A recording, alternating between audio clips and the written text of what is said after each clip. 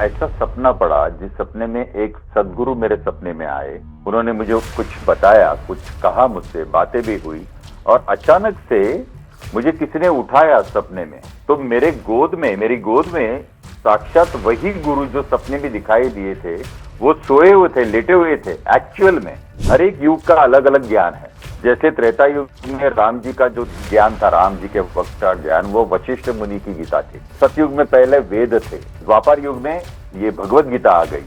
तो कलयुग में भी कुछ तो रखा होगा ना भगवान ने, क्या वही दोहराएंगे? इसलिए हमारा सबसे बड़ा जो फेस्टिवल होता है, त्योहार होता है, वो है महाशिवरात्रि, नवरात्रि, दिवाली।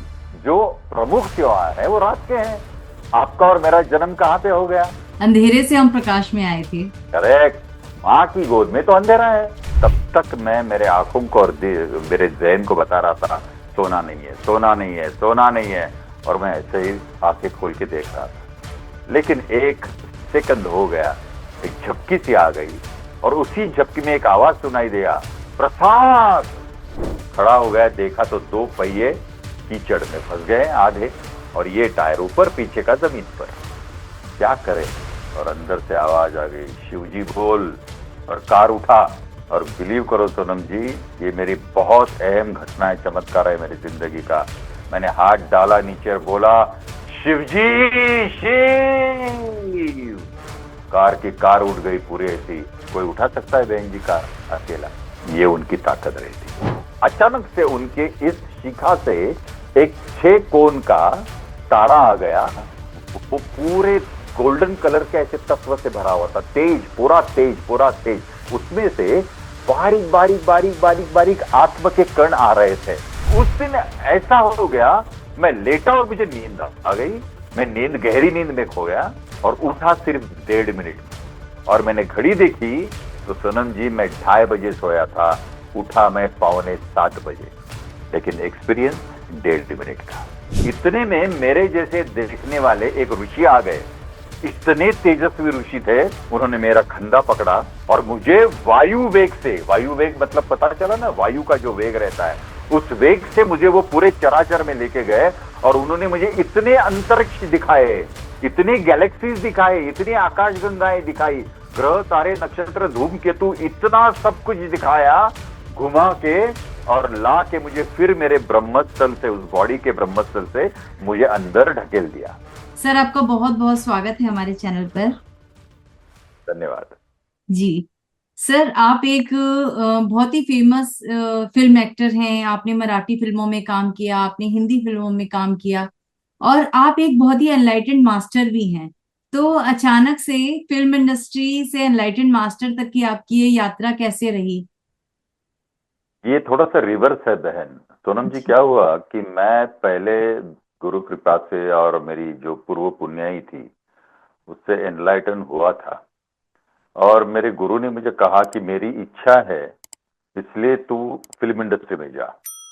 मैंने कहा कि क्यों मुझे भेज रहे हो फिल्म इंडस्ट्री में? इतना बड़ा आश्रम, इतना सुकून यहाँ पे है, और वहां पे क्यों भेज रहे हो? तो मेरे गुरु ने कहा कि ये मेरा जो गणित है वो तुझे मालूम नहीं पड़ेगा, आगे जाके पता चल जाएगा कि क्यों मैं तुझे वहां भेज रहा हूँ। और सिर्फ गुरु आज्ञा को प्रमाण रख के मैंने फिल्म इंडस्ट्री में अपना कदम रखा है। तो पहले मैं एनलाइटेंड था और बाद में मैं फिल्म इंडस्ट्री में गया। ऐसी मेरी ये प्रोसेस है। जी। तो सर, जैसे आपने बताया कि आप फिल्म इंडस्ट्री में आने से पहले ही स्पिरिचुअल थे, आप एनलाइटेंड थे। तो क्या बचपन में कोई घटना घटी जिसने आपको स्पिरिचुअल बनाया, या कि आपके संस्कार माता पिता की देन से हुआ ऐसा सब कुछ? माता पिता की देन भी है, जो मेरा कुल है उसका भी देन है, मेरा पुरखों का भी देन रहेगा शायद, और विश्वास है कि उनका ही देन है। बेसिकली क्या होता है ना सोनम जी, कि हमारी ये जो जन्म की प्रोसेस है वो एक जन्म की नहीं है। अनेक जन्म से हम आते रहते हैं। वो भक्ति मार्ग करते करते करते एक पीक पे आ जाते हैं। और पीक पे आ जाने के बाद आपको ये मोमेंट मिलता है एनलाइटन का। ये एक जन्म में नहीं होता है। तो ये पूर्व संस्कार थे इस आत्मा के और हमारे पुरखों के भी, कि मेरी आत्मा की इस पुण्याई से मैं ऐसे घराने में जन्म ले चुका हूं जहां पे ये परंपरा सिद्ध थी। समझ गई आप? तो बचपन में मुझे इतनी चाहत थी कि मैं गुरु करूं, मैं गुरु करूं, मैं गुरु करूं। आप बिलीव नहीं करोगे, अगर मेरे सामने, घर के सामने कोई भगवा यानी ऑरेंज रंग का कोई कुर्ता पहन के आए, तो मुझे ऐसा लगता था कि मैं इनको गुरु करूं क्या, इतनी इतनी मुझे ये गुरु की चाहत थी। और एक दिन ऐसा हो गया शादी के बाद, मुझे एक ऐसा सपना पड़ा, जिस सपने में एक सदगुरु मेरे सपने में आए। उन्होंने मुझे कुछ बताया, कुछ कहा, मुझसे बातें भी हुई, और अचानक से मुझे किसी ने उठाया सपने में। तो मेरी गोद में साक्षात वही गुरु जो सपने में दिखाई दिए थे, वो सोए हुए थे, लेटे हुए थे एक्चुअल में। मैं उन्होंने मुझे स्पर्श किया, मैंने उनको स्पर्श किया, और मैं ऐसा थरथरा से, जो रोंगटे खड़े हो जाते वैसे हो गया। I was in tears. और मेरे गुरु ने मेरे कंधे पे हाथ रखा और बोले कि कल एक वाटर बैग लेके आ। कहाँ लाना है, कहाँ पे जाके उनको वाटर बैग देना है, कुछ नहीं बताया। कल मैं तेरी राग देख रहा हूं, वाटर बैग लेके आ। और वो अदृश्य हो गए, पूरी बॉडी अदृश्य हो गई एक्चुअल में। और मैं बैठा का बैठा रह गया। और मैंने मेरी बीवी को उठाया, बोला 2:30 बजे रात को, और उठाया और बोला कि ऐसे ऐसे मुझे अभी सपना आ गया था। सपने में एक ऐसे सिद्ध पुरुष आए थे, और वो एक्चुअल में मेरे गोद में लेटे थे, और मुझे बोला कि कल आते समय वाटर बैग लेके आया। तो मैं क्या करूं? तो मेरे बीवी को ना एक सिक्स सेंस था पहले से ही। तो उन्होंने मुझे कहा कि अगर ऐसा हो गया है तो ये अहम बात है, आप सुबह जाके वाटर बैग लेके जाइए। मैं दूसरे दिन एक शादी को जाने वाला था दादर में, शारदाश्रम में शादी थी वो। तो वहां जाने वाला था, तो मैं दादर स्टेशन उतरा, वहां पे एक अच्छी सी वाटर बैग ली, जो पहले मिलिट्री लोग इस्तेमाल करते थे ना, एल्यूमिनियम की रहती थी वो। तो वो मैंने ली उनको प्रेजेंट करने के लिए, और लेके मैं शादी के मंडप में गया, और वहां पे 2 मिनट बैठ गया। और अचानक से सामने देखा तो वही सिद्ध पुरुष जो कल मेरे सपने में आए थे, मेरे गोद में सोए थे, वो उसी मंडप के द्वार से आ रहे थे। तो मेरे अष्टभाव जागृत हो गए। मैं दौड़ा, वाटर बैग उनके कदमों पे रखा और बोला कि गुरुवर्य, ये वाटर बैग है जो आपने मांगी थी। तो उन्होंने मेरे आंखों में देखा और बोला कि बेटा, तूने ये वाटर बैग लाई है, मैंने ये वाटर बैग नहीं मांगी थी तेरे से, मैंने तुझे ही मांगा था। तेरी ये जो बॉडी है ना, ये वाटर बैग है मेरे लिए। और कल सपने में मैंने तेरे बॉडी में, तेरे अंदर इस वाटर बैग में ज्ञान भरा है, वो मुझे चाहिए मेरी जिंदगी में। क्या तू मेरा हो सकता है? तो फिर से रोंगटे खड़े हो गए। मैंने कहा कि जरूर मैं हो जाऊंगा आपका, लेकिन मेरा एक सवाल बचपन से है, क्या उसका उत्तर आप दे सकेंगे? तो बोला, पूछो। तो मैंने उनको कहा कि मैं जब 7वीं कक्षा में था, तो डिस्ट्रिक्ट में पहला आया था बोर्ड के एग्जाम में।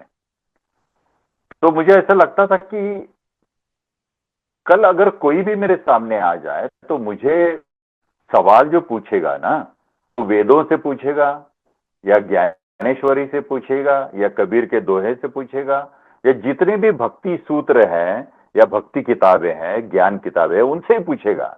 तो मुझे वो पढ़ना चाहिए। इसलिए मैं जब किताब लेके पढ़ता था, इतनी इतनी बड़ी किताब रहती है, आपको पता है, ग्रंथों तो इतने रहते हैं। तो जब मैं पहला पहला पन्ना खोलता था ना, तो पहला तो हाफ ब्लैंक रहता है, हाफ पे छपा हुआ रहता है। तो उसके 4 लाइनें जब मैं पढ़ता था, तो मुझे ऐसी नींद आती थी, गहरी नींद जैसी, एक ग्लानी जैसी अवस्था। और अंदर से आवाज आती थी, ए, इसमें क्या रखा है, बंद कर। तो ये डरावनी वाली, जैसे पिता अपने पर गुस्सा हो जाते हैं, दादाजी गुस्सा हो जाते हैं, ऐसा एक आवाज अंदर से आता था, ए, इसमें क्या रखा है, बंद कर। और वो अक्खी किताब यानी पूरी किताब मेरे घुटनों से गिर जाती थी नीचे जमीन पर, और मेरी आंख खुलती थी। ये अक्सर होता था। तो मुझे ये मालूम नहीं पड़ रहा था कि ये किसकी आवाज है जो अंदर से आ रही है, कि इसमें क्या रखा है, बंद कर। और इतनी किताबें जो दुनिया पढ़ती है और इस पे बहस चलती है, चर्चा चलती है, वो बंद कर कह रहे हैं वो, तो ज्ञान किसमें छिपा है? ये मेरा सवाल था। तो मैंने इस गुरु से पूछा, तो गुरु ने बहुत बेहतर जवाब दे दिया मुझे। उन्होंने मुझे कहा, शिवराम प्रसाद, मेरा नाम शिवराम प्रसाद है, लोग मुझे प्रसाद पंडित के नाम से पहचानते हैं, लेकिन मेरा नाम शिवराम प्रसाद त्रिंबक पंडित है। तो उन्होंने पहली दफा मेरा नाम लिया, शिवराम प्रसाद, अगर तू 7वीं कक्षा में डिस्ट्रिक्ट में पहला आया है, तो तू वापस 7वीं कक्षा की स्टडी करेगा या 8वीं कक्षा की करेगा? मैंने कहा 8वीं कक्षा की। तो यही तो बात है, ये सारी किताबें तूने पिछले जन्म में पूरी की पूरी बायहार्ट कही है, सब तेरे को पता है। तो अभी इस कलयुग में एक शेष ज्ञान रखा है, हर एक युग का अलग अलग ज्ञान है। जैसे त्रेता युग में राम जी का जो ज्ञान था, राम जी के वक्त का ज्ञान, वो वशिष्ठ मुनि की गीता थी। उसे सतयुग में पहले वेद थे, द्वापर युग में ये भगवत गीता आ गई। तो कलयुग में भी कुछ तो रखा होगा ना भगवान ने, क्या वही दोहराएंगे? कलयुग के लिए भी कुछ ज्ञान रखा है, उसे शेष ब्रह्म ज्ञान कहा है। ज्ञानेश्वरी में भी ज्ञानेश्वर ने लिखा है कि जो शेष बाकी बचा है उसका सेवन करो। ये पढ़ो, लेकिन अगर सेवन करना है तो शेष जो बाकी है ना उसका सेवन करो। तो मैंने कहा ये कहाँ है, कहां पे पढ़ूं मैं ये? तो उन्होंने एक सुंदर लाइन बोली। वे बोले आत्मग्रंथ पढ़ो। मैंने कहा किस बाजार में मिलता है, कौन से मार्केट में मिलता है? तो उन्होंने बड़ी हंसी मजाक से कहा, अरे पागल, आत्मग्रंथ तेरे अंदर ही है। जिस दिन तूने जन्म लिया है उसके साथ ही तेरे ग्रंथों में जितने भी 72 कोटि, कोटि मतलब क्रोर्स नहीं है, कोटि का मतलब है डिपार्टमेंट। जैसे वन डिपार्टमेंट रहता है, फूड डिपार्टमेंट रहता है, गंधर्व डिपार्टमेंट रहता है, देव डिपार्टमेंट, देवलोक, गंधर्व लोक, नाग लोक, ये सब डिपार्टमेंट है। वैसे 72 कोटि डिपार्टमेंट तेरे अंदर है, और इस 72 कोटि में ये पूरा आत्मग्रंथ भरा है। तो अंदर जा और पढ़, ये बाजार में नहीं मिलता। और हर एक इंसान के अंदर ये आत्मग्रंथ उसने देकर भेजा है, हम बाकी के ग्रंथों के आधार लेते हैं। दुनिया का कोई भी इंसान, वो चाहे किसी भी धर्म का हो, उसके अंदर आत्मग्रंथ भरा हुआ है ज्ञान का। हम अंदर जाते नहीं है, इसलिए हम पढ़ नहीं सकते। तो मैंने उनको कहा कि कैसे जाना है अंदर, कैसे पढ़ना है? तो उन्होंने कहा कि तेरे अंदर जो जाता है वो कौन है? तेरी सांस, जिसको मराठी में श्वास बोलते हैं। श्वास, शक्ति का वास, वास मतलब रहना। वो शक्ति का जो हमारे अंदर रहना है ना, वो इसलिए है क्योंकि हम सांस लेते हैं और उसमें ही शक्ति है, उसमें ही ब्रह्म है, उसमें ही यूनिवर्स की पूरी ताकत है। तो वो सांस आपके अंदर जा रही है, इसलिए आपका आत्मा अंदर बैठा हुआ है। जब सांस रुकती है तो आत्मा चला जाता है। तो आत्मा की जरूरत क्या है? सांस। तो सांस के साथ अंदर जाओ, और जहां पे तेरा आत्मा सांस ले रहा है अखंड, वहां पे स्थित हो जा। आत्मा ही ज्ञानी है और कोई ज्ञानी नहीं है। जीव ज्ञानी नहीं है, तेरा शरीर ज्ञानी नहीं है, तेरा अनुभव ज्ञानी नहीं है, आत्मा खुद ज्ञानी है। इसको ही श्री कृष्ण जी ने भगवत गीता में मैं कहा है। ये मैं जो है, मुझसे शुरुआत हुई है, मैंने ही स्थित किया है, मेरे ही अंदर सबका लय है। इस मैं को श्री कृष्ण जी ने जो पॉइंट आउट किया है ना, वो तेरी आत्मा है, हर एक की आत्मा है। तो वहां पे वो ग्रंथ है। तो जा और उसके सत्संग में रहे। जब तू उसके सत्संग में रहेगा तो ज्ञान अंदर ही छुपा है, वो पढ़ते पढ़ते तू ही ज्ञानी हो जाएगा। कहां ढूंढता फिर रहा है तू ज्ञान? ऐसे उन्होंने मुझे सीख दी। और ये सुनने के बाद मेरे आंखों में इतने आंसू बहने लगे कि जो मुझे चाहिए वो मिल गया, और उस दिन से मैं गुरु का हो गया। उन गुरु का नाम है सदगुरु बाल दत्तनाथ। ये महाराष्ट्र के कोकण में रहते थे। अभी 2000 साल में उनका शरीर उन्होंने पंचभूत में विलीन कर दिया। अभी वो चैतन्य रूप से उस क्षेत्र में है, हमारे अंदर है और इस पूरे विश्व में है। ऐसी वो सब मेरी घटना है। कितनी कितनी अद्भुत आपके जीवन की ये जो घटना है, और कितने कितने क्लियर शब्दों में आपने आज श्वास को डिफाइन कर दिया, जिसको कोई डिफाइन नहीं कर पाता। और एक आत्म चेतना की जो हम स्टडी की बात करते हैं, हम कहते हैं ना, पोथी पढ़त पढ़त जग मुआ पंडित भया ना कोई। तो हम जो सारी नॉलेज बाहर बुक्स में ढूंढ रहे हैं, एक्चुअली सब कुछ अंदर है, लेकिन हमने कभी अंदर जाने की कोशिश नहीं की। और अंदर जाने का एकमात्र जो ट्रेवल अंदर जाता है करके, वो केवल श्वास है। श्वास हमें ही सब कुछ बताएगा। इतना सुंदर लगा मुझे आपका पहला प्रश्न से ही, मैं ऐसा लग रहा था आप रुके नहीं, बस बोलते जाए, मैं सुनती जाऊं आपको। और धन्य है आपके वो गुरु जिन्होंने आपको चुना, और आपने उन्हें चुना। आप दोनों ही एक दूसरे के लिए शायद सटीक थे, इसलिए वो आपके सपनों में आए। पूर्व जन्म का बंधन है, जी इस जन्म का नहीं। जी जी। वो हम जन्म लेते समय ही उस जगत में एक दूसरे का वादा, एक दूसरे से वादा करके आए हैं। वो पहले आए, मैं बाद में आया, जी। ऐसी वो संगत रहती है।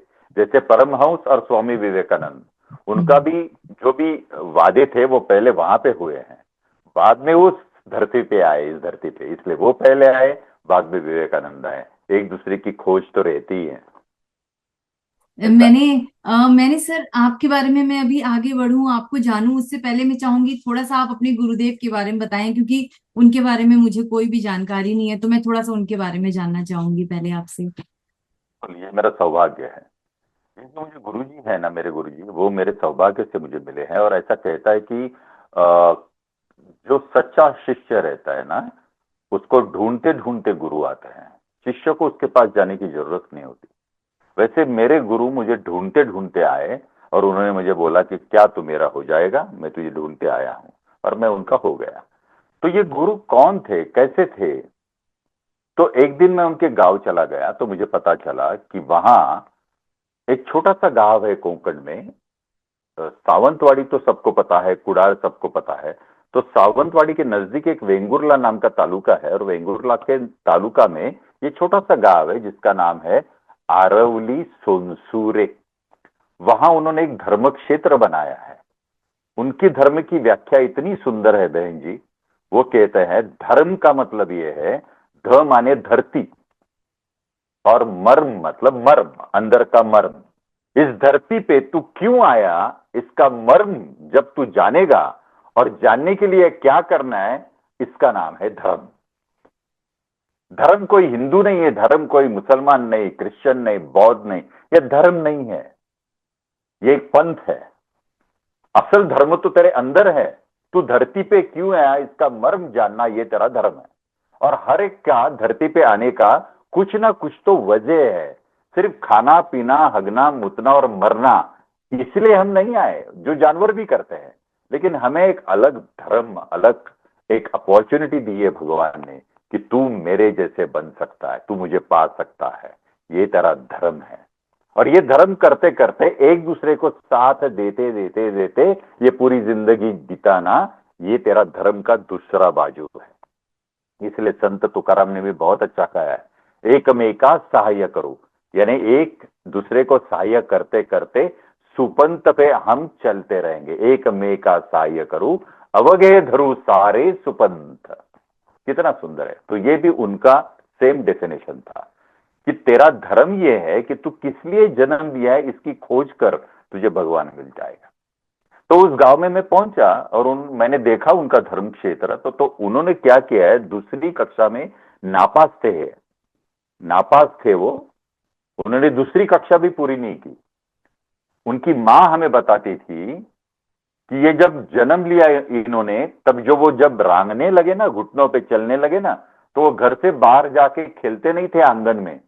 वो सीधे एक साधारण सा, मैं कहूं आपको, एक 500-600 मीटर की दूरी पर एक शिवजी का मंदिर है। वहां जाके शिवजी के पिंडी पर, शिवलिंग पर सोते थे। जब वो रांगते थे तब, यानी घुटनों पे चलते थे तब। और ये सब ढूंढने के लिए निकलते थे, कहां गया, कहां गया, कहां गया। तो कोई बताता, अरे वो शिव पिंडी पे जाके सोया है, शिवलिंग पे जाके सोया है। तो सब जाके वहां पे उठा के लाते थे। एक दिन ऐसी भी नौबत आ गई कि एक दौड़ते दौड़ते औरत आ गई, और उसने उसकी, मेरे गुरु के मां को बोला, अरे जल्दी जाओ मंदिर में, एक बड़े सांप ने तेरे बेटे को घेरा है। सब गांव इकट्ठा हो गया, और पिंडी पे देखा, शिवलिंग पे ये सोए हैं, और एक बड़ा सा नाग उसको लपेट के पिंडी के ऊपर खड़ा है। ये दृश्य गांव के लोगों ने देखा है वहां पे। ऐसे थे वो जन्म से ही थे, वैसे थे। और उन्होंने भी गुरु नहीं किया, उनका गुरु शिव जी है। तो वो कहते थे कि मैं तेरा गुरु नहीं हूं, मैं एक राह पे चलने वाला मुसाफिर हूं। तुझे अगर उसी गांव पे जाना है, तो मुझे आप रास्ता पूछिए, मैं बताऊंगा कि ये रास्ता उस गांव को जाता है, ये नहीं जाता है, यहाँ पे ये दिक्कतें हैं। ये सब में एज अ राह दिखाने वाला जो रहता है एक मोड़ पे, वैसे मैं काम करूंगा। लेकिन तेरा गुरु तेरे अंदर है, हर एक का गुरु हर एक के अंदर है। कोई किसी का गुरु नहीं है, सिर्फ वो राह दिखाता है, चल बेटा यहां पे जा, यहाँ पे तुझे जो चाहिए वो बैठा है, खोज ले उसे। और हर एक का पहला गुरु है शिव जी। शिव का मतलब है कल्याण, शिव का मतलब है शाश्वत। शी माने शीतल, व माने वरेण्य, वरेण्य मतलब तप्त अग्नि, सबसे तप्त अग्नि।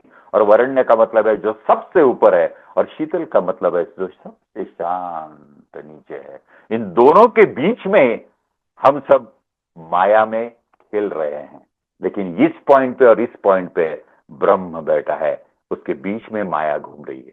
इसलिए शिवलिंग की रचना देखो, शिवलिंग जो ऐसा रहता है ना, ऐसा ऊपर, वो ज्योति है। और जो गोल रहता है ना, जिसको हम सालुंकी बोलते हैं, वो है उसका ऑरा। जैसे हम साइंस में ऑर्बिट देखा है ना, एटम, एटम का ऑर्बिट भी हम सीख रहे थे। ऐसे ऐसे ऐसे ऐसे ऐसे ऑर्बिट रहता है और बीच में एटम रहता है। वैसे ये शिवलिंग ज्योति है, उसका ऑर्बिट ये है। लोग बहुत गलत तरीके से उसका मतलब निकालते हैं। ये सबसे तेज है जो तुम्हारे अंदर है, मेरे अंदर है, यूनिवर्स के अंदर है पूरे। तो इसकी भक्ति वो करते थे। और इसकी भक्ति करते करते करते एक दिन ऐसा हो गया कि इन्होंने वो मुर्गे काटना, बकरियां काटना, भैंसें काटना, ये जो हमारे धर्म में है, ये सब बंद कर दिया वहां पे। ये नहीं होना चाहिए। तो पूरा गांव उनके विरुद्ध हो गया और उनको पकड़ा, एक पेड़ को बांधा। वो पेड़ था वटवृक्ष। और उस वटवृक्ष को उनको बांधा और उनको मारा भी। ये भी कसौटी रहती है भगवान की, कि चल तू मुझे पाने के लिए आ रहा है, मैं तुझे ऐसे जर्जर कर दूंगा कि तू मुझे छोड़ देगा। ऐसी नौबत लाता है भगवान परीक्षा लेने के लिए। तो उनको बहुत मारा लोगों ने, डंडों से मारा, वो जो बैलों का चाबुक रहता ना, उससे मारा। सब कुछ, यहाँ पे खून, यहाँ पे खून, सब हुआ था उनको। और रात को ऐसी घटना हो गई, एक बूढ़ा आदमी आ गया। यहाँ पे उसके वो फेटा रहता है ना, कपड़ों का फेटा बांधते हैं, वो हिंदी में क्या कहते हैं पता नहीं मुझे। पगड़ी। वो पगड़ी, पगड़ी, वो पगड़ी बांधा हुआ था, एक बड़े कपड़े का। आया, उसके हाथ में डंडा था और यहाँ पे कंबल था। तो आ गया और अरे अरे अरे रे, कितना मारा रे मेरे बेटे को। बहुत बड़ा बुरा लगा मुझे। चल मैं तुझ तेरे सब ये जो जख्म है वो अच्छे करता हूँ। उसने तेल लाया, तेलों से सब वो जख्म विकम जो था वो उसमें थोप दिया, तेल, थोड़ी सी हल्दी लगाई, सब कुछ किया उसने। और वो करते समय इनको महसूस होने लगा कि मेरा दर्द पूरा कम हो रहा है, पूरा कम हो रहा है। और वो चला गया। और सुबह उठ के उन्होंने देखा तो जो रस्सी बांधी थी वो भी छूट के पड़ी थी। शायद उन्होंने छोड़ी होगी, पता नहीं। चले गए। तो ये सोच में पड़े कि ये कौन था जो रात में आ गया और मेरे ये सब दर्द खत्म करके चला गया, औषधि लगाई, चला गया, लेकिन अपना नाम बताया नहीं। तो इन्होंने पुकार के सिर्फ उनको आवाज और बोला कि आजोबा, आजोबा मतलब दादाजी, आजोबा आपका नाम क्या है? उन्होंने कहा महादू। महादू ये नाम कहा उसने। ये महादू कौन रहेगा, हमारे गांव में तो महादू कोई नहीं है। और फिर दूसरे दिन रात को ये सो गए, तो सपने में शिव जी आ गए और उन्होंने बोला बेटा बहुत मार पड़ी ना तेरे को, कल जो महादू आया था ना वो मैं था। महादू का मतलब महादेव। महादेव को प्यार से गांव में महादू कहते हैं। तो ऐसा उनका एक्सपीरियंस था। और ऐसे गुरु जो खोज में निकले गुरु के, उनका गुरु ही शिव जी था। उनका दूसरा कोई गुरु ही नहीं है। जैसे मैं कहता हूं कि मेरे गुरु बाल दत्तनाथ है, वैसे उनका गुरु और कोई नहीं था, शिव जी थे। तो शिव जी से बाल दत्तनाथ, बाल दत्तनाथ से मेरी तरफ ये पूरा ज्ञान आ गया है, उनकी कृपा से। ऐसी घटना है उनकी। इतना अद्भुत आपके गुरु के बारे में सुनकर ऐसा महसूस हुआ कि जैसे आप अपने गुरु के बारे में नहीं, स्वयं ईश्वर के बारे में बता रहे थे। क्योंकि मैं भी बचपन से शिव जी को बड़ा प्रेम करती थी, लेकिन शिव जी का असली जो मतलब था, जो तत्व था, वो आज आपसे मुझे समझ में आया। शायद जिस शिव को मैंने पूजा, वो आपके माध्यम से मुझे अपनी पहचान दे रहे थे। और जिसके गुरु शिव होते हैं, तो सोचिए वो शिष्य कितना भाग्यशाली होगा जिसका गुरु, जो पर ब्रह्म परमात्मा, जो पूरी सृष्टि का करता धरता है, जब वो उसका गुरु बन जाए तो उसके उस शिष्य के अंदर कितना ज्ञान होगा, और वो आपके गुरु बने। तो ये मेरा अहोभाग्य है कि आज मैं आपके अंदर आपको और उनकी भी झलक देख पा रही हूँ। आप और मैं कुछ फर्क नहीं है बहन जी। आपके अंदर भी शिव जी है, मेरे अंदर भी शिव जी है, सिर्फ आउटलुक फर्क है। जी तो हम जी। दोनों एक ही हैं। जी जी। ये मेरा अहोभाग्य है कि आज मैं आपके सामने बैठकर इतनी अनमोल बातों को सुन पा रही हूँ, समझ पा रही हूँ, जो किसी किताब में मुझे नहीं मिलेगी। अभी मैं अब आपके जीवन में आगे बढ़ूं तो आपने बताया कि गुरुदेव ने आपसे कहा था कि आपको फिल्म की इंडस्ट्री में जाना है और कुछ ऐसा है जो आपको वहां जाने पर पता चलेगा। तो वो राज क्या था, क्यों आपको फिल्म इंडस्ट्री उन्होंने भेजा, वो राज जानना चाहेंगे। वो राज ये है बहन जी कि उन्होंने एक शब्द में मुझे कहा, जब मैंने पूछा कि क्यों भेज रहे हो उस दलदल में, उस कीचड़ में, मैंने ये शब्द इस्तेमाल किए थे, क्यों भेज रहे हो मुझे उस दलदल में, उस कीचड़ में, क्योंकि वो माया नगरी है। अगर ब्रह्म की पहचान आपने करवाई है तो क्यों माया में भेज रहे हो। तो उन्होंने एक बहुत अच्छा वाक्य बोला है, वो बोले, मैं पूरी दुनिया को दिखाना चाहता हूं कि मेरा कमल कीचड़ में जाके भी कितना स्वच्छ और सुंदर है। वो मुझे कमल कहते थे। ये जब तक तू कीचड़ में नहीं जाएगा, जब तक तू माया में नहीं जाएगा, तो तू सिद्ध कैसे कर पाएगा कि माया के ऊपर भी तू ब्रह्म पद लेके बैठा है। घर में तो कोई बैठ सकता है, लेकिन माया में जाके वही ब्रह्म पद पर बैठना बहुत कठिन काम है। इसलिए मैं तुझे भेज रहा हूं। अभी आपको तो पता है फिल्म इंडस्ट्री कितनी माया नगरी होती है, कितने वहां पे प्रलोभन होते हैं, है ना। तो मैं शूटिंग करता था तब मेरे जितने भी डायलॉग्स हैं, मैंने बहुतर ज्यादातर विलन्स किए हैं। मेरे भाग्य में विलन की ही भूमिका थी और वो बहुत ही मशहूर हो गए। आपके जानकारी के लिए मैं बताना चाहता हूं कि राजेश खन्ना जी के साथ मैंने इत्तेफाक सीरियल में मेन विलन किया है, और उसकी चर्चा बड़ी फिल्म इंडस्ट्री में, हिंदी फिल्म इंडस्ट्री में हुई थी। विलन ही आ गया मेरे नसीब में। लेकिन विलन करते करते करते विलन की छवियां बाहर पड़ गई, लेकिन अंदर में राम था, क्योंकि हर वक्त सिमरन यही हो रहा था, शिवराम शिवराम शिवराम शिवराम, क्योंकि मेरा नाम ही शिवराम प्रसाद है। तो गुरु ने मुझे एक बहुत अच्छी सीख दी थी कि दिन जो है वो तेरे व्यवहार के लिए है, और रात जो है वो शिवरात्र, शिव के लिए है। इसलिए हमारा सबसे बड़ा जो फेस्टिवल होता है, त्योहार होता है, वो है महाशिवरात्रि। दूसरी है नवरात्रि, चौथी है दिवाली। ये सब रात के ही है त्योहार, दिन के त्योहार है कहाँ। जो प्रमुख त्योहार है वो रात के हैं। आपका और मेरा जन्म कहाँ पे हो गया, कौन से माहौल में, प्रकाश में या अंधेरे में। अंधेरे से हम प्रकाश में आए थे। करेक्ट। मां की गोद में तो अंधेरा है, और अंधेरा में ये प्रकाश लिटअप हो गया। तो शिव जी है कहाँ, अंधेरे में है। अंधेरे में। तो बिल्कुल जो रात है वो शिव जी के साथ बिता दे। दिन पर तू जाके शूटिंग कर, लेकिन रात को तू शिव जी होना चाहिए, क्योंकि जितना वक्त तू सांसों से अंदर जाएगा, अंदर आत्मरूप शिव जी तुझे मिलते रहेंगे, और यही तेरा सत्संग रहेगा। कितनी बड़ी सीख है। और ये दुनिया को मालूम होना चाहिए कि फिल्म इंडस्ट्री में रहने के बावजूद भी इन्होंने शिव जी की साथ नहीं छोड़ी है, माया को कभी अपनाया नहीं है। और आपको मैं कहने के लिए अभिमान से कहना चाहता हूं, मेरे गुरु गुरु के अभिमान से, मेरा अभिमान नहीं, मेरा स्वाभिमान नहीं, मैं ये कहना चाहता हूं कि जाते वक्त मेरे अंदर जो मेरा तत्व है उसको मैं तात बोलता हूं। तात का मतलब है, ता माने तारक और त माने तत्व। जो मुझे तारता है वो तत्व जो है वो मेरा आत्म स्वरूप है। उसने जाते समय मुझे बोला था, देख मैं तुझे 28 बरस दे रहा हूं फिल्म इंडस्ट्री के लिए। 28 बरस के बाद मेरी आवाज तुझे आ जाएगी, प्रसाद चल वापस लौट जा, तब तुझे सब छोड़ के आना है।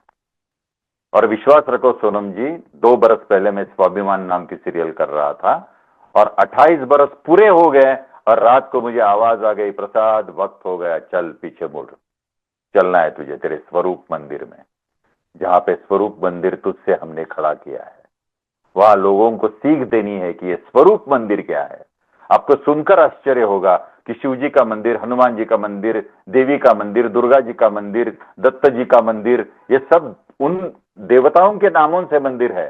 लेकिन मुझसे जो मंदिर बनवाया है परमेश्वर ने, शिव जी ने, गुरु ने, उसका नाम है स्वरूप मंदिर। क्योंकि हर एक को उसके स्वरूप की पहचान होना चाहिए। अगर स्वरूप की पहचान नहीं होगी तो हम एक दूसरे के साथ प्यार से बर्ताव करेंगे नहीं, ये सिर्फ झगड़ते रहेंगे। आज जो झगड़ा चल रहा है ना धर्म धर्म के बीच, इसका वजह यह है कि हम खुद को पहचान नहीं पा रहे हैं, और खुद को पहचानना ही अहम बात है इस कलयुग में, जिसको कहते हैं स्वरूप ज्ञान, जिसके लिए एक मंदिर परमेश्वर ने मुझसे खड़ा किया है। वहां जाके बैठ अभी लोगों को बता रहा है। और मैंने दूसरे दिन हमारे प्रोड्यूसर को और डायरेक्टर को बोला, मैं छोड़ रहा हूं, 1 महीने की मैं आपको मुदत देता हूं, मोहलत देता हूं, कोई दूसरा एक्टर ढूंढ लीजिए, मैं वापस जा रहा हूं। और मैंने छोड़ दी सीरियल। 2 बरस हो गया अभी मैं मेरे आश्रम में रहता हूं। ऐसे। अद्भुत। तो जब आप उस माया नगरी में थे, उस इंडस्ट्री में थे, फिल्म इंडस्ट्री में थे, आप काम कर रहे थे, फेमस थे, तो क्या वहां कोई ऐसा आपको व्यक्ति मिला जो आध्यात्मिक आपकी ही तरह था, या आपको देखकर प्रभावित हुआ और उस माया की नगरी को छोड़कर वो भी आध्यात्म की राह पर मिला? कोई भी ऐसा एक भी व्यक्ति मिला आपको? है ना, है ना, माया ही मिली मुझे। उस माया ने ही मुझे गुरु किया। उनका नाम है भारती पाटिल। ये भारती पाटिल बहुत प्रख्यात एक्ट्रेस है। आपने कई सीरियल में उनको देखा है। उन्होंने मुझे गुरु माना है। मुझे गुरु मान के वो मेरे गुरु के पास गई, और तब गुरु ने उनको एक ही संदेश दिया कि इसको गुरु माना है, इसने शिव जी को प्राप्त किया है, तो तू भी शिव जी को प्राप्त कर। क्योंकि गुरु की सांगड़ मिलना, सांगड़ मतलब जो मिलना होता है गुरु से, संजोग, वो पूर्व पुण्याई से मिलता है। ऐसे कोई मिला हो गया ऐसा नहीं होता। तो तेरे पूर्व पुण्य से तुझे मिला है, तो तू भी अभी शिव जी का पद प्राप्त कर ले, और हर रात उसी सिमरन में रह जा। सोहम सोहम सोहम। ये सोहम ही तेरी सांस है, और ये सोहम ही अनाहत नाद है। जब आपकी सांस अंदर जाती है तो सो आवाज करती है, बाहर निकलती है तो हम। इसलिए सागर की लहरें भी देखिए, जब ऊपर ऊपर आती है लहर तो कैसी कैसी करती है, नीचे गिरती है तो शांति।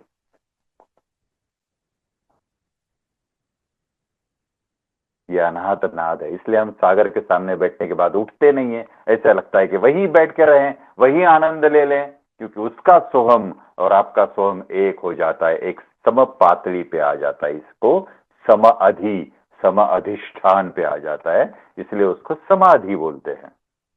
वैसे तू ही समाधि प्राप्त कर। तो आज वो कई लोगों को उनके शूटिंग दौरान यही ज्ञान देती फिरती है। ये अभी कैरी फॉरवर्ड हुआ है।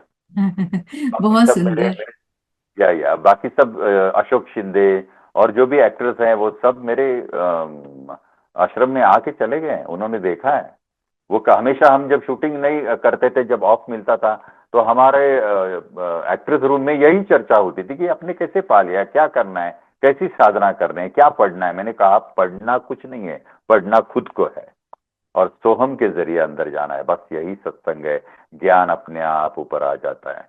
जैसे आप एक पत्थर झील में मारते हो तो तरंग उठते हैं, पूरे लहरें उठते हैं। वैसे अंदर आप जब एक सवाल भेजते हो तो अंदर से उत्तर के तरंग आ जाते हैं। सवाल अंदर जाता है, उत्तर के तरंग ऊपर आते हैं। ऐसे शिव जी आपको अंदर ही ज्ञानी करता है। आप मुझे बताइए ना, कबीर जी ने कौन सी किताब पढ़े, तुकाराम महाराज ने कौन सी किताब पढ़े, संत ज्ञानेश्वर ने कौन सी किताब पढ़े? इन्होंने कुछ पढ़ा ही नहीं है, सिर्फ उसका सिमरन और अंदर झांक के सत्संग। ज्ञान अपने आप ऊपर आता है, कमल जैसा। ऐसा है।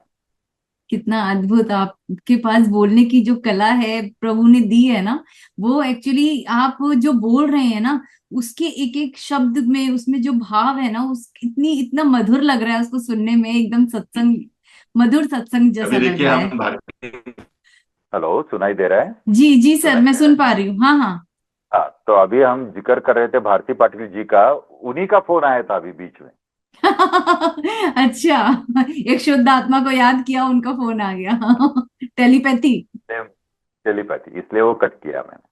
जी जी, कोई बोलिए प्रॉब्लम बोलिए नहीं सर। बोलिए। जी जी, बहुत अच्छा लग रहा है आपके साथ कनेक्ट होकर, इतना सब कुछ सुनने और समझने को मिल रहा है। सर मैं आगे जानना चाहूंगी, जैसे आप तो एक एनलाइटेंड मास्टर हैं, आपकी जो फिल्म इंडस्ट्री आने से पहले ही आपको गुरु मिले और गुरु से आपको बहुत सारा आशीर्वाद और ज्ञान मिला, तो उनमें से कुछ ऐसे अनुभव मैं चाहूंगी आज हमारे साथ आप साझा करें, जिन्हें सुनने के बाद हमें भी मोटिवेशन मिले और हम भी कुछ ऐसा कर पाए अपने जीवन में। कोई भी एक्सपीरियंसेस बिल्कुल में। बिल्कुल। अगर लौकिक का एक्सपीरियंस चाहिए तो वो बताता हूं। और अगर अध्यात्म का चाहिए तो वो भी बताता हूँ। सर दोनों। लौकिक का मतलब जानती हो ना, जी पारलौकिक और लौकिक। जी जी। तो एक दफा क्या हो गया, मेरे बीवी के मामा जी मेरे पास आ गए। वो मुझे कहने लगे कि चलो कोकण जाते हैं, मुझे मेरे मेरे साथ कोई साथीदार नहीं है, तो मेरे साथ आप आइए। मुझे भी जाना था गुरु के पास, और थोड़े बिजनेस के सिलसिले में उनके साथ जाना चाहता था, क्योंकि उस वक्त मैं बेरिंग्स का बिजनेस करता था, एसके बेरिंग। तो वहां अशोक आयन नाम की एक स्टील की फैक्ट्री थी, बहुत बड़ी फैक्ट्री, कोंकण में, मेरे गुरु के नजदीक ही। तो मैंने कहा मैं आता हूं, आप थोड़ा सा मुझे इंट्रोड्यूस करा दीजिए वहां पे। तो उन्होंने कहा चलो जाते हैं। मैं वहां गया, उन्होंने इंट्रोड्यूस करवाया, और शाम के 7 हो गए, 7 बज गए। तो अब वापिस आते समय मैंने उनको बोला कि थोड़ा गुरु के पास जाते हैं, इतना नजदीक आए तो मिलते हैं गुरु से। उन्होंने कहा हाँ मुझे भी मिलना है आपके गुरु से। तो हम दोनों गए। बारिश का मौसम था, इतनी बारिश थी कि कुछ पूछो मत। वो क्या कैट्स एंड डॉग्स कहते हैं ना, वैसी बारिश थी। और हम पहुंचे वहां पे, और गुरु के साथ बातचीत हुई, खाना पीना हो गया सब। 11 बज गए रात के 11 बज गए। और ये मामा जी कहने लगे मुझे अभी जाना है, क्योंकि कल सुबह 7:30 बजे दुकान मुझे खोलनी है। तो उन्होंने कहा मत जाओ, ये बारिश बहुत खराब है, कुछ भी हो सकता है, आप कल सुबह जाइए, 5 बजे उठ के जाइए, आप 7:30 तक पहुंच जाएंगे, दुकान खोल सकते हैं। उन्होंने कहा नहीं नहीं नहीं नहीं, अभी ही जाना है मुझे, हम रुक नहीं सकते, ये नहीं कर सकते। वो मानने को ही तैयार नहीं। तो मेरे गुरु ने मुझे बताया, प्रसाद एक काम कर, बहुत कठिन परिस्थिति आएगी घाट सेक्शन में, तो तू सतर्क रह, तू सोना नहीं है, समझ गए। और बारिश इतनी है कि आगे का कुछ दिखाई नहीं देगा आपको, तो तू सतर्क रह। और उन्होंने मुझे कहा कि जो विभूति रहती है ना, विभूति माने उनका भस्म, भस्म, वो तू एक पुड़ी में ले, और तेरे ऊपर के जो ये रहता है, किस्सा रहे हैं, क्या कहते हैं किस्सा को, क्या कहते हैं, पॉकेट पॉकेट। पॉकेट, जेब में, तो उस जेब में वो तू रख, और सोना नहीं है तू, ये मेरी आज्ञा है तुझे। तो मैंने उनको नमस्कार किया और बैठे हम लोग। और उन्होंने कहा कि थोड़ा सा आहिस्ता चलाना गाड़ी, उनको बताया। उन्होंने हाँ कहा। आप बिलीव नहीं करोगी सोनम जी, इतनी बारिश थी, वाइपर को ढकेलना भी कठिन हो रहा था उस पानी को, इतने पानी के लहरें आ रहे थे सुबह ऊपर से। तो हम कार चला रहे हैं, चला रहे हैं, और इतना घाट सेक्शन आ गया, अम्बोली घाट नाम का घाट है वहां पे। जैसे हम घाट के ऊपर आ गए बहन जी, तो इतना फॉग था, धुंध इतनी थी कि सामने का कुछ नहीं दिखाई दे रहा था, सिर्फ एक व्हाइट लाइन जो एक उस पत्थर को लगाई रहती है ना, वो दिखाई दे रही थी। और मैं, मेरा सिर उस विंडो के बाहर निकाल के रास्ता देख रहा था, क्योंकि कांच में से कुछ दिखाई नहीं दे रहा था। और ये घटना मैंने मेरी किताब में लिखी है। तू तो मी नाम का एक किताब भगवान ने मुझसे लिखवाया है, वो अमेजोन पे मिलता है, मराठी है लेकिन वो अमेजोन पे मिलता है। उसमें यह घटना मैंने नमूद की है। तो मैं खिड़की के बाहर ऐसे झांक के देख रहा था, और उसको बोल रहा था, भाऊ भाऊ मतलब मामा का नाम, भाऊ भाऊ अभी राइट को, अरे लेफ्ट को, राइट, नहीं नहीं नहीं नहीं, स्ट्रेट लेफ्ट। ऐसे हमने गाड़ी चलाई है 17 किलोमीटर, और पूरी बारिश मुझे मार रही है, थाड़, रुकने का नाम नहीं।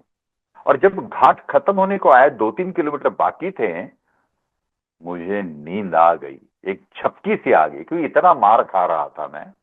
एक झपकी सी आ रही, तब तक मैं मेरे आंखों को और मेरे जहन को बता रहा था, सोना नहीं है, सोना नहीं है, सोना नहीं है। और मैं ऐसे ही आंखें खोल के देख रहा था। लेकिन एक सेकंड हो गया, एक झपकी सी आ गई, और उसी झपकी में एक आवाज सुनाई दिया, प्रसाद, जोर से आवाज। मैं खुल गई आंखें मेरे, देखा तो आप बिलीव नहीं करोगी, हमारी जो कार ऐसी जा रही थी, वो कार ऐसी हो गई थी। दोनों पहिए कीचड़ में गए थे, हाफ कीचड़ में, बाजू बाजू गई वो कार, उनको भी झपकी आ गई, और उनका स्टेयरिंग ऐसा हो गया, कीचड़ में गया, साइड के कीचड़ में। पानी बह रहा है टायरों में, टायर के अंदर से कीचड़ में टायर है, यहाँ का टायर ऊपर है, पीछे का टायर जमीन पे है। अभी क्या करें, और पूरा लाइट का फोकस आकाश में, रास्ते पे नहीं, क्या करें। वो बोलने लगा, प्रसाद अब क्या करेंगे। मैंने कहा जा, अब जाके दुकान खोल ले तेरा। बोल रहे थे गुरु मत जा, कल सुबह जा, सुना नहीं तूने। गलती हो गई, बोला अभी क्या करे। मैंने गुरु का स्मरण किया, अंदर जिनको मैं ताज कहता हूं उनका स्मरण किया। अंदर से आवाज आ गई, उतर नीचे। और ऐसा ना, ऐसे ऐसा पैर ऐसा उठा के मैंने जमीन पे रखने की कोशिश की, जमीन पे पाव मेरा टेका ही नहीं, टच ही नहीं हुआ, इतनी कार ऐसी हो गई थी। तो मैंने कूद ही लगाया, मैं कूद गया रास्ते के ऊपर उस बारिश में, खड़ा हो गया, देखा तो दो पहिए कीचड़ में फंस गए आधे, और ये टायर ऊपर, पीछे का जमीन पर। क्या करे? और अंदर से आवाज आ गई, शिवजी बोल, और कार उठा। बिलीव करोगे ये? पूरा विश्वास अंदर से भर गया। मैंने बोनेट को हाथ लगाया, उसको बोला, भाऊ जब मैं कार उठाऊंगा, पद्मिनी फियाट कार, जब मैं कार उठाऊंगा उठाऊंगा और बोलूंगा भाऊ, तब रिवर्स डाल के रख, और जब मैं बाहू कहूंगा भाऊ, तब जोर से एक्सीलेटर दबा और पीछे गाड़ी, तब तक मैं ये गाड़ी कीचड़ से उठाता हूं। और बिलीव करो सोनम जी, ये मेरी बहुत अहम घटना है, चमत्कार है मेरी जिंदगी का। मैंने हाथ डाला नीचे और बोला, शिवजी शिव। कार उठ गई पूरी ऐसी, और मैंने उठा के वो रास्ते पर रख दी। उसने गियर डाला, रिवर्स डाल के निकाल दी कार रास्ते के बाहर। वो उतरा, उसने मुझे ऐसे बारिश में गले लगाया है कि मैं बिलीव नहीं कर सकता जो आज मैंने देखा है। वो आदमी अभी तक जिंदा है। वो सबको ये बात बताता है। हम दूसरे दिन हम घर पे लौट आ गए, मैं घर पे गया, मैं सो गया, वो अपने घर गया। दूसरे दिन दुकान खोलने से पहले वो मेरे घर आ गया, मेरी बीवी को उठाया, वो उसकी भांजी, उसने वो उठाया और बोला, अरे तेरा हस्बैंड, नवरा बोलते हैं मराठी में उसको, तुझा नवरा काय आहे तुला माहिती है का? तेरा तेरा हस्बैंड क्या है, तेरे को पता है? उसने बोला, हाँ मेरे को पता है। और उसने पूरी घटना बताई मेरे बीवी को, और चले गए। जब मैं उठा, मेरी बीवी मुझसे पूछती है, क्या तुमने कार उठाई? मैंने कहा, मैंने नहीं, शिव जी ने उठाई। मेरी ताकत ही नहीं कार उठाने की। कोई उठा सकता है बहन जी कार अकेला? ये उनकी ताकत रहती। जब वो आपके साथ है कि दुनिया की कौन सी भी ताकत आपको कुछ नहीं कर सकती। ना कोई जानवर आप पे हमला करेगा, ना कोई खून करने को आए तो भी उसके हाथ के शस्त्र नीचे पड़ेंगे, वो खून नहीं कर पाएगा आपका, कुछ भी नहीं कर पाएगा आपको। मारना तो दूर। इसलिए जिंदगी में उनकी साथ अपने में सिद्ध करना अपना पहला अधिकार है। इसको स्वराज्य बोला है। ये मेरी पारलौकिक अनुभव की कथा है। और अध्यात्म की कथा ऐसी है कि एक दिन मैं गुरु के सामने बैठा था, और गुरु ने मुझे बोला, बैठ, देख क्या दिखता है। और मैं सोहम का वो ध्यास लेते लेते लेते बैठा, सोहम सोहम सोहम सोहम। और इतने में अंधेरे में ऐसे अंदर अंदर एक अंधारा अंधेरा अंधेरा अंधेरा सा हो गया, पूरा अंधेरा, पूरा अंधेरा अंधेरा अंधेरा। और इतने में पूरी काली पृथ्वी मुझे दिखाई दी, उस पे मैं बैठा हूं, और पूरा ना प्रकाश उस पृथ्वी के पीछे से आ गया। उसका मैंने पेंटिंग भी किया है, मैं आपको दिखाता हूं, बाद में मैं भेजता हूं, आप अगर उसमें डाल सकती है तो डालिए। वो पूरा प्रकाश आ गया, और उस प्रकाश में से एक हाथी के स्वरूप पे बैठ के पूरे नंगे शिवजी, जिनको आकार ही नहीं है, सिर्फ तेज, ये जंगे भी तेज, ये घुटने भी तेज, ये ऐसे बैठे हुए हाथ भी तेज, आंखें हैं नहीं है, नाक है नहीं है, लिप्स है नहीं है, कान है नहीं है, मुख है नहीं है, ये शोल्डर्स है नहीं है, पूरा कद है नहीं है, पूरा तेज। ऐसे तेज में से अंदर से इतने असंख्य, जिसको बोलते हैं आप गिनती नहीं कर सकते, इतने ग्रह तारे धूमकेतु ये सब बाहर आने लगे उनके शरीर से, और जाके आसमान में ऐसे सब जगह में अपनी अपनी जगह लेके खड़े हो गए। और उनमें से फिर वापस क्या हो गया, वो ऐसे ट्रांसपेरेंट थे कि उनके अंदर से भी मुझे वो ग्रह तारे दिखाई दे रहे हैं पीछे वाले, इतने ट्रांसपेरेंट भी थे। उसको पारदर्शक बोलते हैं, फटीक बोलते हैं, समझ गए ना आप? तो ये होने के बाद अचानक से उनके इस शिखा से एक 6 कोण का तारा आ गया, वो पूरे गोल्डन कलर के ऐसे तत्व से भरा हुआ था, तेज, पूरा तेज, पूरा तेज। ये धवल रंग का था, धवल मतलब शुभ्र रंग का, व्हाइट रंग का, इनका ये तेज। और यहां से जो आ गया वो गोल्डन कलर का तेज था, और उसमें से बारीक बारीक बारीक बारीक बारीक आत्म के कण आ रहे थे। इसको ब्रह्म कहते हैं। ब्रह्म का मतलब सोर्स, जो कभी रुकता ही नहीं है, स्रोत जो कभी रुकता ही नहीं है, उसको ब्रह्म बोलते हैं। वो ब्रह्म यहां से आने लगा, तेज पूरा उनके अंदर से। और वो जो कण जा रहे थे ना, वो कण जाके एक तारा को भिड़ता था, वहां से रिबाउंस होके दूसरे तारा को, वहां से रिबाउंस होके तीसरे तारा को या ग्रह को, ऐसे ऐसे ऐसे रिबाउंस होके ना उसकी एक जाली बन गई। ऐसे अनेक कणों की जाली बन गई, जैसे मकड़ी की जाली होती है। और मकड़ी की जाली में जैसे कण छिपे हुए रहते हैं, और हम देखते हैं अरे वो कण तरंग रहे हैं, यानी नीचे नहीं गिर रहे, क्योंकि क्यों? क्योंकि उस मकड़ी की जाली को चिपके हैं। वैसे ये ग्रह तारे यूनिवर्स में जितना भी आपको देखता है, दिखाई देता है चराचर में, वो सब इस आत्मकण के जाली से धरे हुए हैं, पकड़े हुए हैं, इसलिए नहीं गिरते। हमें लगता है ये ऐसे कैसे ये अधांतरीय है ऊपर, नहीं, इन आत्म कणों ने उनको पकड़ा है। और जैसे हमारा आत्मा इतना सूक्ष्म होके भी जब शरीर से निकलता है तो हमको दिखाई नहीं देता, आत्मा का ही दिखाई देता है, वैसे ये जाली अपने को दिखाई नहीं देती। लेकिन जब आप आध्यात्म में ध्यान से जाते हैं और शिव जी का दर्शन हो जाता है, तो पता चलता है कि ये पूरा चराचर किसने पकड़ा है, इतने लीला से उन्होंने पकड़ा है। सब में समाये हैं और खुद भी अलग है, अलग भी है, खुद में समाये हुए भी है। ये शिव जी है। ये दर्शन मुझे हो गया। This is enlightenment.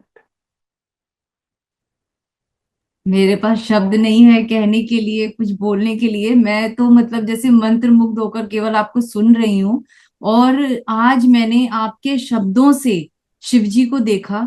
आपके शब्दों से मैंने पूरे ब्रह्मांड को समझा, देखा। आपके शब्दों ने उसको आज क्लियर किया। जो पिक्चर हम ब्रह्मांड की पिक्चर्स में, गूगल में, इंटरनेट में देखते थे, एक्चुअली कभी उतने दृष्टिकोण से सोचा नहीं कि प्लेनेट, स्टार्स, मून, स्काई, सब कुछ कैसे ऊपर हैं, नीचे क्यों नहीं गिर रहे। और आज समझ में आया कि वो सब एक दूसरे से कनेक्टेड हैं, और वो जो कनेक्शन है वो शिव जी के अंदर से निकलने वाला जो किरणें हैं, उनसे वो सारे कनेक्टेड हैं, इसलिए वो ऊपर हैं। और जैसे आपने बताया कि शिव जी तो प्रकाश हैं, लेकिन उनके अंदर से निकलने वाला जो गोल्डन स्टार था, वो एक तरीके से पूरी ब्रह्मांड उसमें ही समाया हुआ था। वही वही ब्रह्म है, इसलिए वही उसको ब्रह्म है। ब्रह्मांड बोलते, इसलिए जी। उसको ब्रह्मांड बोलते हैं, क्योंकि ये ब्रह्म में समाया हुआ है। जी। और इसी इसी को लेकर वो स्वरूप मंदिर का पूरा मंदिर भगवान ने मुझसे बनवाया कि तूने जो देखा है वो अभी दुनिया को दिखा, चल उसको एक डेमोन्स्ट्रेटिव मंदिर तैयार कर, ऐसा मंदिर तैयार कर। मैंने कहा मैं तैयार नहीं करूंगा। जैसे ब्रह्म जी को आपने सृष्टि तैयार करने के लिए बोला, और 13 बार ब्रह्म जी की सृष्टि तोड़नी पड़ी उनको, क्योंकि वो टिक नहीं पा रही थी। जब आप उनमें प्रविष्ठित हो गए तभी वो टिक पाई। जब उन्होंने आपको रिक्वेस्ट की कि शिव जी आप जब तक उसमें समाते नहीं है तब तक ये सृष्टि टिकेगी नहीं, और आपने जब आपको खुद को उसमें ढाल दिया तभी ये सृष्टि भी टिक गई है। वैसे ये मंदिर आप मुझसे करवा लीजिए, मैं नहीं खड़ा कर सकता। तो उन्होंने मुझे गाइडलाइन दी कि ऐसे ऐसे ऐसे ऐसे ऐसे करो। ईट ईट लेके गांव के 2 बच्चों को लेके मैंने उसकी कृपा से, उसकी सहायता से यह मंदिर खड़ा किया है। इसको कोई आर्किटेक्ट नहीं है, कोई गवंडी नहीं है, कोई मंदिर बनाने वाला शिल्पकार नहीं है, कोई नहीं है। मैं, शिव जी और 2 बच्चे। कहाँ पे है तो आपका ये ऐसा है, मंदिर? आप जरूर देखने आइए बहन जी। गोजे है ना, गोजे। हाँ, तो गोजे एक दफा स्वरूप मंदिर में आके गया है। तो आप बेलगाम आइए, मुझे फोन करिए, हम दोनों जाके स्वरूप मंदिर देख के आते। You can be my guest. Actually आप गेस्ट नहीं हो, जो मैं हूं वही आप है, वो आपका स्वरूप मंदिर है, आके देखिए। मेरा अहोभाग्य कहेंगे कि मेरे किसी जन्म के अच्छे कर्म हैं, जो शिवजी के बनाए हुए मंदिर को, जो आपने और उन बच्चों ने बनाया, जो स्वयं भगवान ने आपसे बनवाया, उसको देखने का अगर मुझे भगवान ने एक ऐसा आमंत्रण दिया है, तो मैं चाहूंगी कि उस भगवान को ही मैं कहूंगी कि मुझे लेकर भी वहां तक आए। अगर उस मैं आप मंदिर के बारे में आपसे मुझे बताया है भगवान ने, तो वहां उस मंदिर तक भी वो मेरा हाथ पकड़कर मुझे लेकर जाएं, ये मेरी उस प्रभु से प्रार्थना है। बिल्कुल आपकी चाहत उभर के आएगी और आप हट करके वहां पे आ जाओगी। और एक बात ऐसी हुई है कि एक कर्नाटक स्टेट के मंत्री उस मंदिर में आ गए, अपने आप मंदिर में आ गए, मैंने उनको बुलाया नहीं, कुछ नहीं कुछ नहीं, आ गए। और उनको ऐसा लगा कि ये ऐसा मंदिर है तो वो जो आश्रम है पीछे वहां मैं सो जाऊं।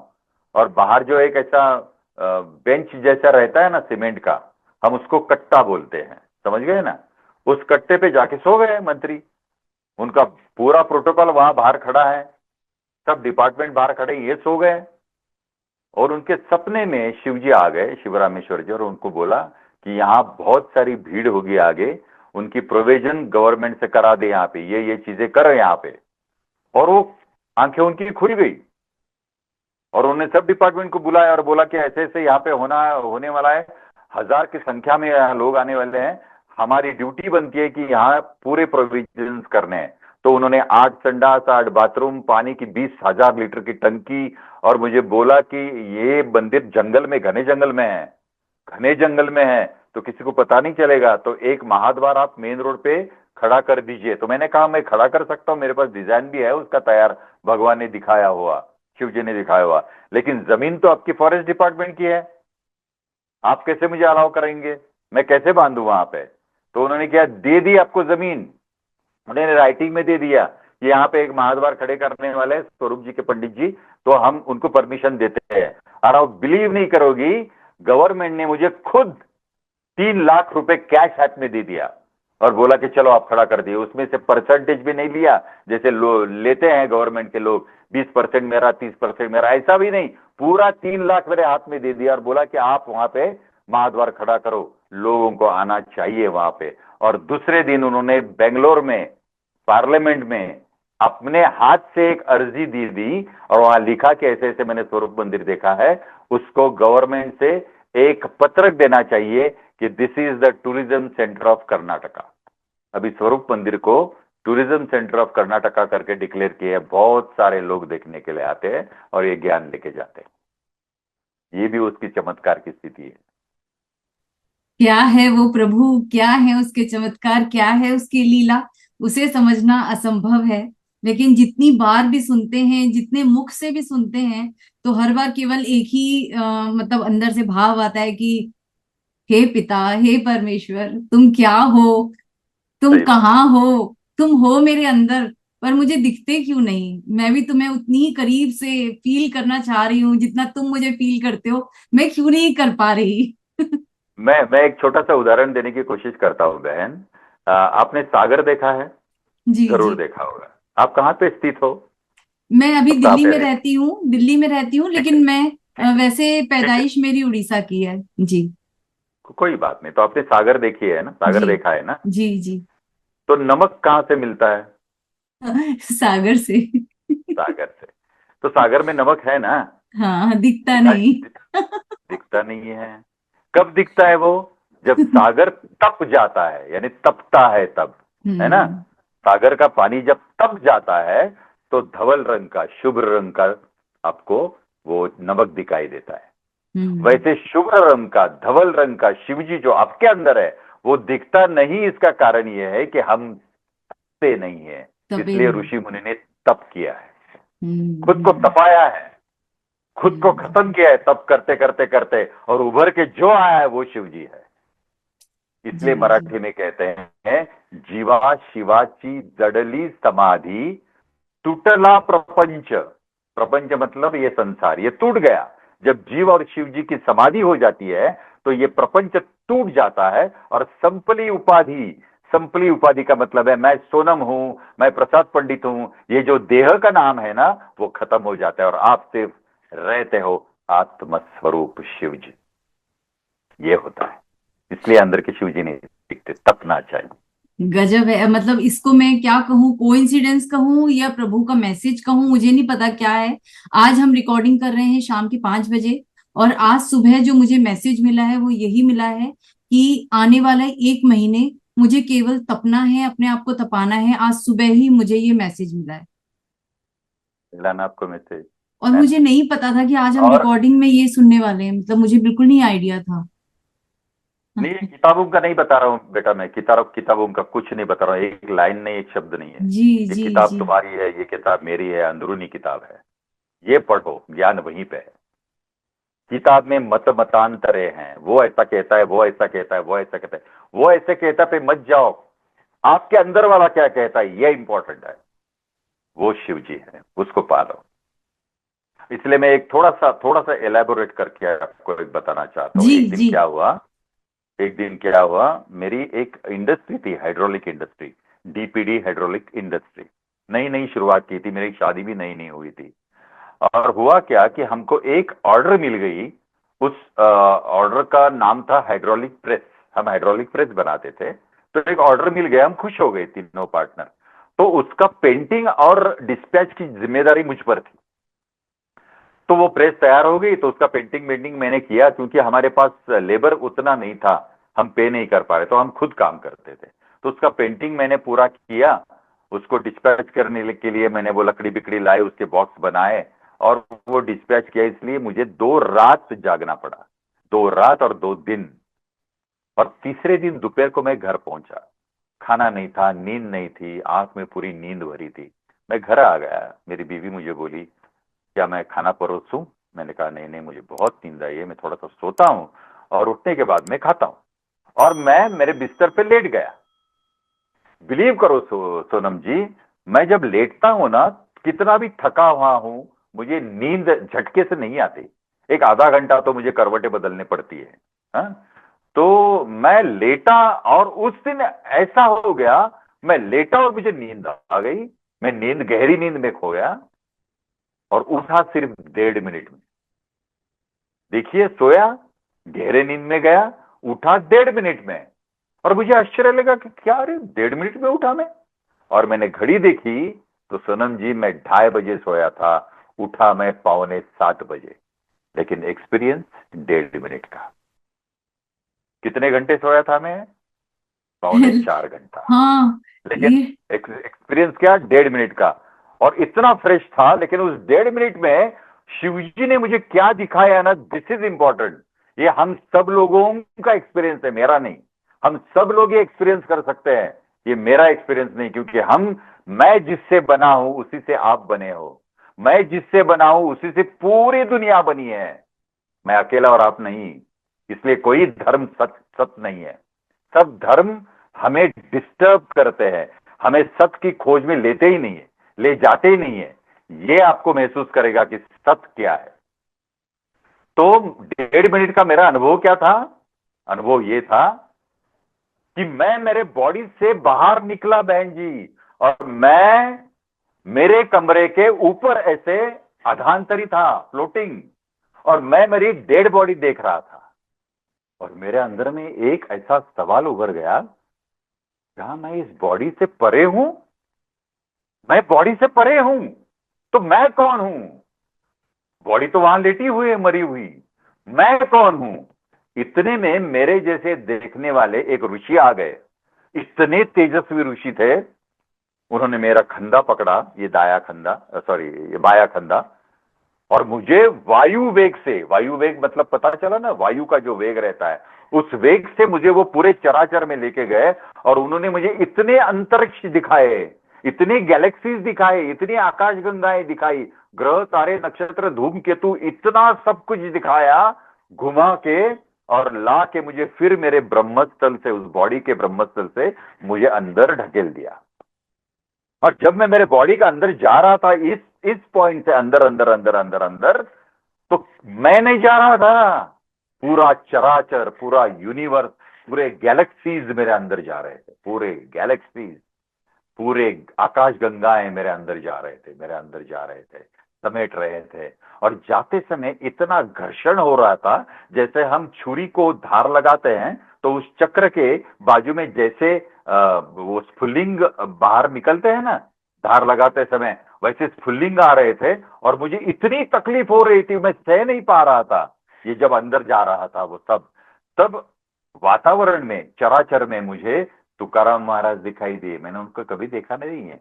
300 बरस पहले वो मर गए हैं। 300 बरस पहले उन्होंने अपना देह रखा है। वो मुझे दिखाई दिए, जीवंत, सजीव। और मुझे बोलने लगे चुकवा हो गर्भवासाचे फेरे। इसका मतलब है जो गर्भवास है ना, उसको अभी चुका दो, उसी में मत अटको। अभी नहीं होना है गर्भवास, मुक्ति ले लो उस गर्भवास से। ये उनका संदेश था मुझे। और जब वो पूरा स्तोत्र मेरे अंदर समाने लगा और मेरे या जो पैर की जो अंगूठा रहता है ना पैर का, वहां तक पहुंचा, तब मुझे नींद से जाग आने लगी। और पहले शब्द मेरे मुंह से निकले, स्वप्नात मला स्वप्न पडलं, कधी नव्हे ते अपरिचित घडलं, कोणीतरी परिचित मला भेटायला आलं, मूळ स्वरूप होतं ते माझं, म्हणालं अरे हे सगळं स्वप्न आहे, एक एक क्षणी संपणार आहे, सत्य तू आहेस, केवळ तू आहेस, चल उठ, हो जागा, ते बघ धरतीवर तुझं रूप सांडलं, स्वप्नात मला स्वप्न पडलं। इसका मतलब ये है कि ये हम जो अभी कर रहे हैं ना, ये भी एक सपना है। इस सपने में मुझे एक सपना आ गया, स्वप्नात मला स्वप्न पडलं, कधी नव्हे ते अपरिचित घडलं। अपरिचित मतलब जिसका मुझे परिचय नहीं है, ऐसा कुछ घटित हो गया। और कौन आ गया? जैसा दिखने वाला मेरा स्वरूप आ गया। उसने मेरे उठाया और बोला उठ, चल जागा हो जा और देख, तेरा रूप नीचे पड़ा है, तू नहीं। तू अभी तक है, तू सत्य है, वो असत्य है। चल उठ, हो जागा, देख तेरा रूप वहां। स्वप्नात मला स्वप्न पडलं और पता चला कि मैं कुछ अलग हूं। और अलग हूं तो क्या हूं? ये जो सोर्स मेरे अंदर आ गया है ना पूरा गैलेक्सीज का, वो मैं हूं। जिसको हम मैं कहते हैं ना, आप भी खुद को जब मैं कहते हो ना, किसी धर्म का आदमी जो खुद को मैं कहता है ना, वो मैं नहीं है, वो पूरे गैलेक्सीज हर एक के अंदर समाये है। जैसे सागर का पानी 10 या 100 लोटे में आप लोगे तो हर एक लोटे का पानी सागर ही है। वैसे हमारे सबके अंदर वही चराचर भरा है, हम खुद को डिफरेंट मानते हैं, वो अलग है, अलग है, वो अलग है। ये पूरा अज्ञान है, और इस अज्ञान से भरा हुआ ये जग है, दुनिया है, इसलिए हम झगड़े करते रहते हैं।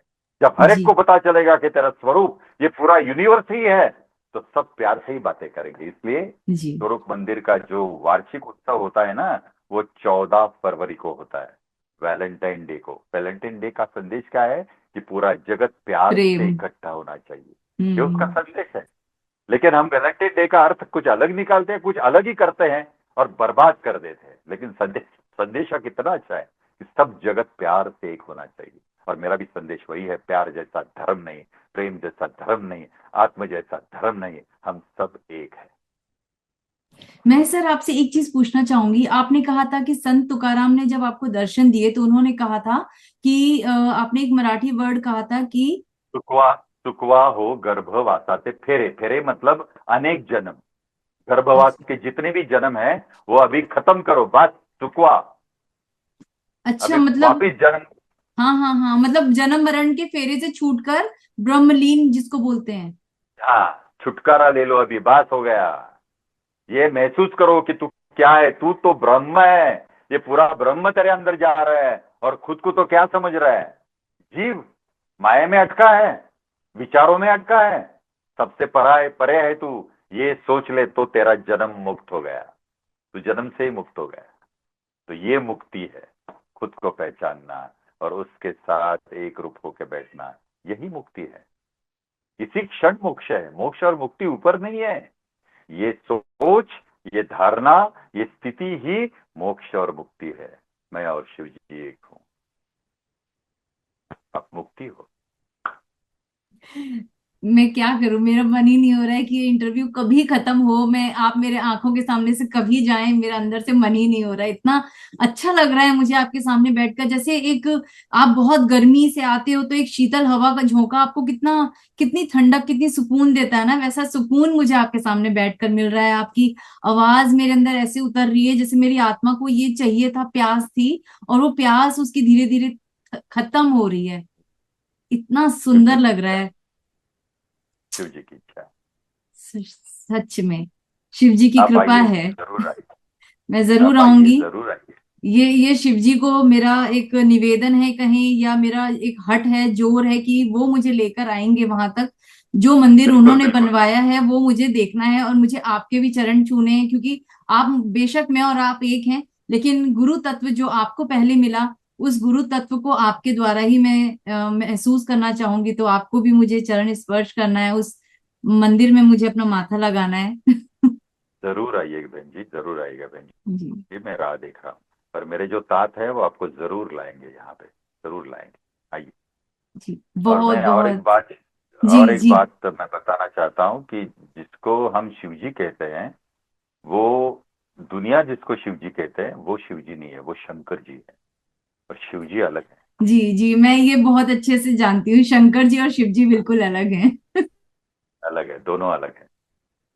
ये जब हमें पता चल जाएगा, तब हमें पता चल जाएगा कि शंकर जी भी हमारे जैसे उनका ध्यान करते बैठे हैं। जी जी बिल्कुल। और ये ज्ञान मुझे आज से 2020 में ये मुझे पता चल गया था कि शिव और शंकर दोनों अलग हैं। सही बात है, सही बात। आप आइए तो उनका भेद और एलैबोरेट होके आपको स्वरूप मंदिर में पता चल जाए। और बिल्कुल। स्वरूप मंदिर का जो कलश है ना, ऊपर का कलश जो पॉइंट रहता है ऊपर का, वो स्वरूप मंदिर को कलश नहीं है, वहां शिव जी बैठे हैं। क्योंकि इस जन्म का मकसद ही शिव जी बनना है। ये मंदिर का टॉप है, कलश है। मनुष्य का जन्म लेके आए हो तो मनु ईश, मतलब इस मन को ईश का स्पर्श करना हमारा कर्तव्य है, इसलिए हम मनु ईश है, मनुष्य। और जब इस मन को ईश का स्पर्श हो जाएगा, तभी वहां से शिव जी की शुरुआत शुरू होती है, पहचानना शिव जी को। इसलिए उसको भक्त कहते हैं। और भक्त से जब आप विभक्त हो जाते हो, तो वी मतलब क्या, विषय, सब्जेक्ट। ये सब्जेक्ट्स आपके भक्त स्थिति को अलग करते हैं, इसलिए उसको भक्त विभक्त कहते हैं, है ना। शादी के समय दूल्हा और दुल्हन भक्त हो जाते हैं, एक हो जाते हैं।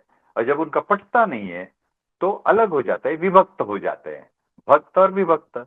क्योंकि उनके बीच में उनके विषय आ गए, सब्जेक्ट्स आ गए। ये सब्जेक्ट मुझे भाता नहीं है, ये तेरा सब्जेक्ट है, ये मेरा सब्जेक्ट है, हो गया विभक्त का विभक्त। तो ऐसे ही वैसे ही हमारी जिंदगी में, माया में, सृष्टि में हम इतने विषयों में लुप्त हो गए हैं, इतने विषयों में हम बंदिस्त हो गए हैं कि शिवजी होने के बावजूद भी हम अभी जीव जी हो गए हैं। जब ये विषय खत्म हो जाता है तो जीव और शिव भक्त हो जाते हैं। जीवा शिवाची जडली समाधि, विटला प्रपंच तुटली उपाधि, कोण जीवाते संभाय। आपको मेरा पूरे हृदय से नमन है। और मैं फिर से आपको और उनको भी नमन करती हूँ जिन्होंने मुझे आपके बारे में बताया था, उनके द्वारा ही मैं आपसे जुड़ी। और मैं अपने जो मेरे इष्ट हैं शिव जी, उनको भी नमन करती हूँ कि आज इन्हीं की वजह से आप और मैं फिर मतलब इतनी दूर होके भी मिल पाए, इतना एक दूसरे के बारे में इनको जान पाए। आपके शब्दों के द्वारा आज मैंने इन्हें जाना, इन्हें अपने अंदर भी ढूंढा, अपने अंदर भी पहचाना। तो इनसे मिलाने के लिए और अपने आप से मुझे जोड़ने के लिए हृदय से आपका नमन। और क्षमा करिए, मेरी हिंदी उतनी अच्छी नहीं है, मैं जितनी हिंदी मालूम आप बहुत था। अच्छी हिंदी बोलते हैं, आप बिल्कुल ना सोचिए ऐसा। धन्यवाद, धन्यवाद। मुझे आपने ये मौका दिया, मैं शिव जी का भी आभारी हूँ और आपका भी आभारी हूँ। पूरे जगत का कल्याण हो, यही शिव जी से प्रार्थना है मेरी।